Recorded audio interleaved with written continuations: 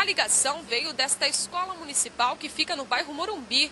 Não é a primeira vez que os pais esquecem os filhos. Neste caso, o conselho tutelar foi chamado pela direção porque a criança já estava há quase 4 horas à espera de um responsável. E isso tem se tornado comum no meio escolar.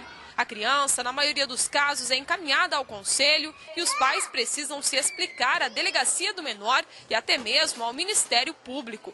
Este tipo de esquecimento é crime e os pais respondem pelo ato. Não são os casos atendidos são sempre os mesmos. Que deixou uma vez, deixou a segunda, o CREAS atende, o Conselho Tutelar atende e notifica, a creche dá advertência, assina a ata junto com os pais. Então são casos que acontecem e isso é um crime. Então essa mãe está sendo negligente, cometendo o crime de abandono intelectual e abandono de incapaz também, porque é injustificável que uma mãe deixe uma criança 3, 4 horas numa escola sem se preocupar se ela foi para casa ou não, ou onde ela está. O mesmo aconteceu nesta creche. Uma criança que deveria ter ido embora às 6h30 da tarde ficou até às 10 horas da noite à espera de um responsável. A mãe disse que se atrasou no emprego, mas isso tem acontecido quase todos os dias. O pior, na maioria dos casos, os responsáveis não são localizados pela instituição.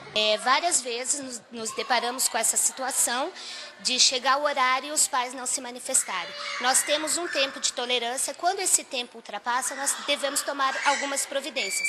Mas muitas vezes não conseguimos localizar nem o pai, nem a mãe, porque os telefones que temos constam como inexistente ou não atendem o próprio telefone, penso eu, às vezes até por medo ou por negligência. Por semana, o Conselho Tutelar de Foz do Iguaçu atende aproximadamente 20 casos de abandonos em escolas ou creches de Foz do Iguaçu. E isso acarreta em muitos transtornos para as crianças. É o trauma de achar que alguma coisa aconteceu com o pai, por isso que ele não veio buscar, ou também o medo de ter que ser levado pelo Conselho Tutelar e, às vezes, encaminhado para abrigo. Vai agravar a situação dessa criança. Quem está sendo vítima de tudo isso não é a mãe, nem o pai, nem a escola.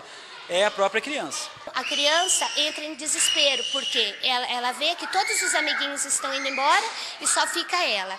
Então ela começa a chorar, ela já fica abalada, isso afeta o psicológico e isso vai acarretar algo para essa criança no futuro.